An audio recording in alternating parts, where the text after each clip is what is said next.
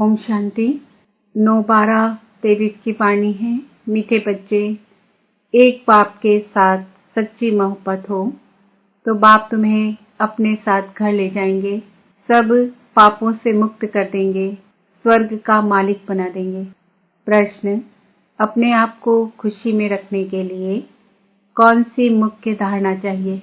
उत्तर: खुशी में तभी रह सकते जब अपने आप से रूह रिहान करना आता हो, किसी भी चीज में आसक्ति न हो, 2 रोटी पेट को मिले बस, ऐसी अनासक्त वृत्ति की धारणा हो, तब हर्षित रहेंगे। ज्ञान का मनन कर स्वयं को हर्षित रखो। तुम कर्म योगी हो, कर्म करते, घर का काम करते, खाना आदि खाते भी बाप को याद करो।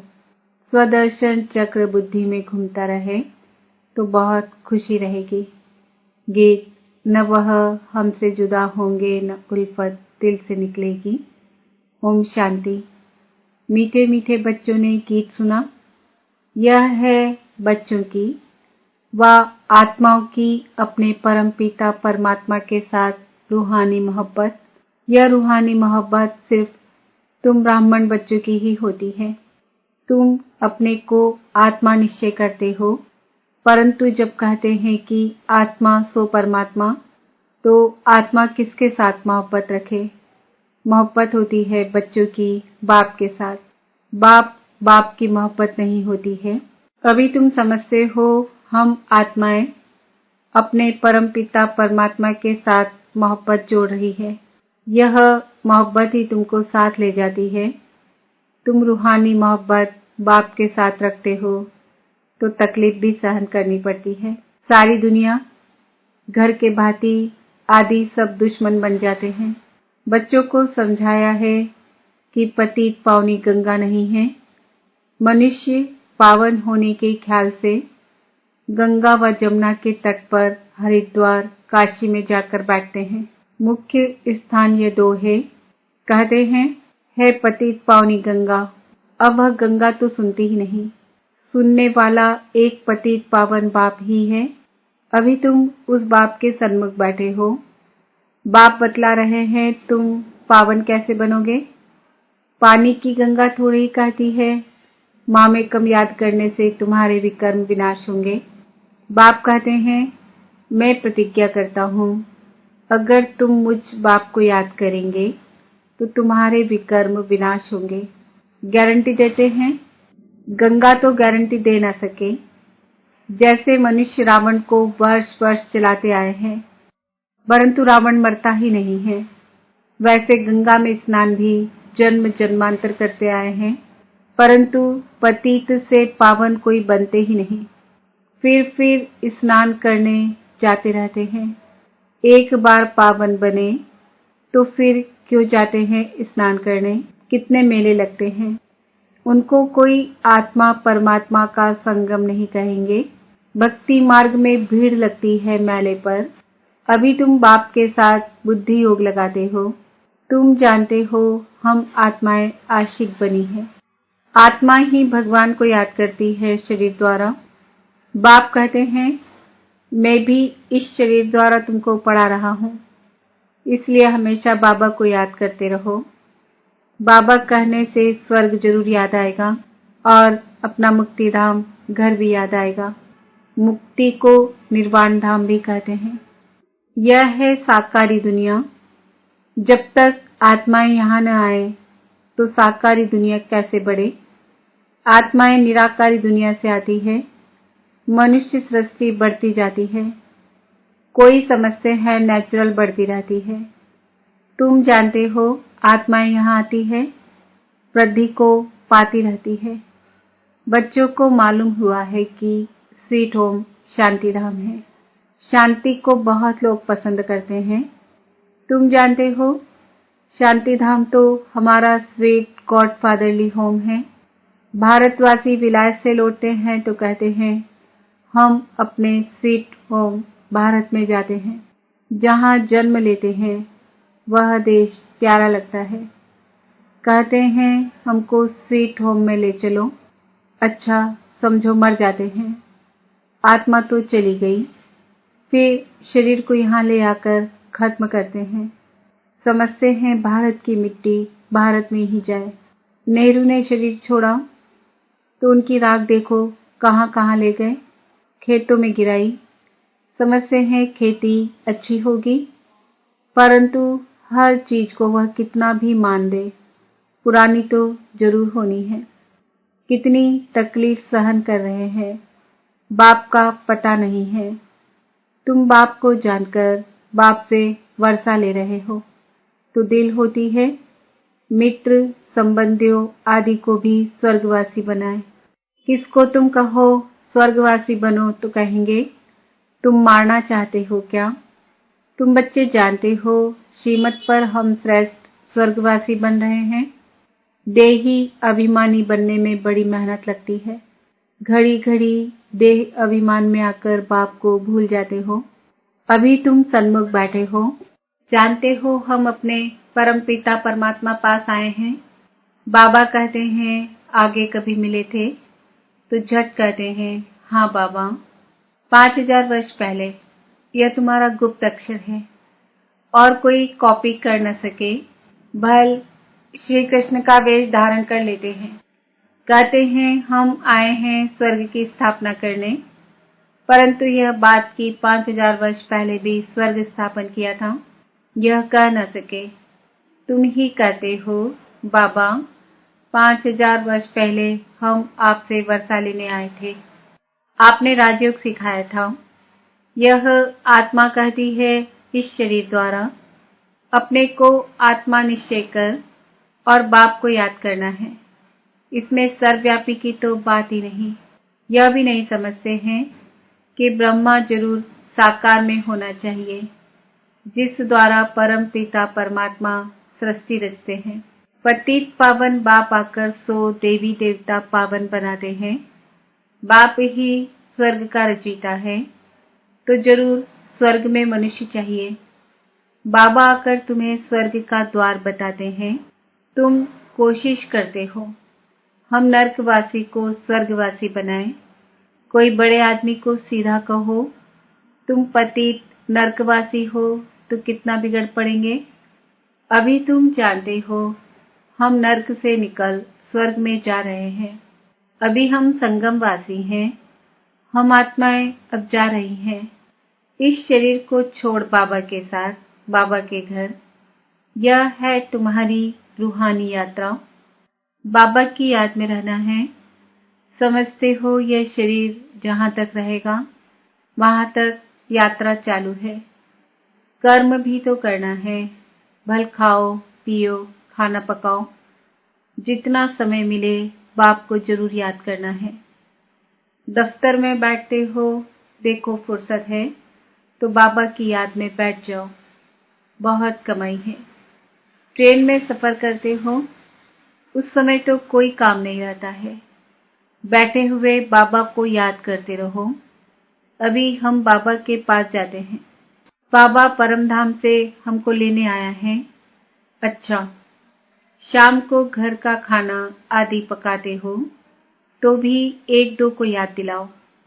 आओ हम अपने बाप की याद में बैठे। पॉइंट भी एक दो को सुनाओ। हम स्वदर्शन चक्रधारी हैं। बाबा कहते हैं तुम लाइट हाउस भी हो, रास्ता बतलाते हो। उठते बैठते चलते तुम लाइट हाउस हो। एक आंख में मुक्ति, एक आंख में जीवन मुक्ति। स्वर्ग यहाँ था, अभी नहीं है, अब तो नर्क है। बाबा फिर से स्वर्ग स्थापन कर रहे हैं। बाप कहते हैं हम तुमको बहुत गुलगुल बनाते हैं, फिर तुम जाकर महारानी पटरानी बनेंगे। खद्दर की रानी नहीं बनना, तुम्हें 16 कला संपन्न बनना है, न कि 14 कला। श्री कृष्ण 16 कला था। तुम बच्चियां कितने व्रत नेम आदि रखती थी, 7 रोज निर्जल रहती थी, कितनी मेहनत करती थी, परंतु श्री कृष्णपुरी में जा न सके। अभी तुम कृष्णपुरी स्वर्ग में प्रैक्टिकल में जाने के लिए पुरुषार्थ कर रहे हो। श्री कृष्ण को द्वापर में ले जाने से स्वर्ग का किसको पता नहीं पड़ता है। वास्तव में 7 रोज का अर्थ क्या है, सो तुम अभी जानते हो। सिवाय बाप के और कोई को याद नहीं करना है। बाकी निर्जल आदि की कोई बात नहीं। बाबा को याद करने से तुम बाबा के पास चले जाएंगे। बाप फिर स्वर्ग में भेज देंगे। व्रत नेम रख तुम कितने दिन भूखे मरते हो, जन्म बाई जन्म कितनी मेहनत करते हो, प्राप्ति कुछ भी नहीं हुई है। अभी तुमको उनसे छुड़ाए सदगति मार्ग में ले जाते हैं। तुम कहते हो बाबा कल्प पहले भी आपसे मिले थे स्वर्ग का वर्षा लेने।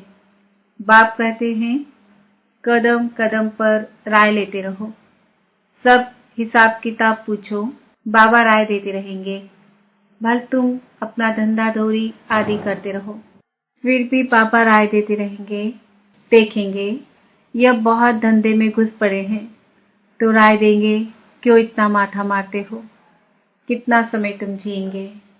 पेट तो 1-2 रोटी मांगता है, उनसे गरीब भी चलते तो साहूकार भी चलते हैं। साहूकार लोग अच्छी रीति खाते हैं फिर रोगी भी बनते हैं। भील लोग देखो कितने मजबूत रहते हैं और खाते क्या हैं, कितना काम करते हैं। अपनी कुटिया में वह खुश रहते हैं। तो इस समय तुम्हें और सब आशाएं छोड़ देनी चाहिए। 2 रोटी मिली, पेट भरा, बस बाप को याद करना है। तुम हो रूहानी बच्चे, परमपिता परमात्मा माशूक के आशिक बने हो। जितना बाबा को याद करेंगे उतना विकर्म विनाश होंगे और जिसको याद करते हो उनसे जाय मिलेंगे। कई चाहते हैं साक्षात्कार हो, यह हो। बाबा कहते हैं घर बैठे भी तुमको हो सकता है। शिव बाबा को याद करने से तुमको वैकुंठ का साक्षात्कार होगा। श्री कृष्णपुरी देखेंगे। यहाँ तो बाबा तुमको वैकुंठ का मालिक बना देते हैं। सिर्फ साक्षात्कार की बात नहीं, मेरे को याद करो क्योंकि मैं आया हूँ तुमको ले जाने। शिव बाबा को याद करना है, वही श्री कृष्णपुरी का मालिक बनाने वाला है। श्री कृष्ण तो नहीं बनाएंगे। शिव बाबा को याद करने से तुमको वैकुंठ की बादशाही मिलती है। अब वह परमधाम से आया हुआ है। जरूर आए हैं तब तो मंदिर यादगार बना है ना।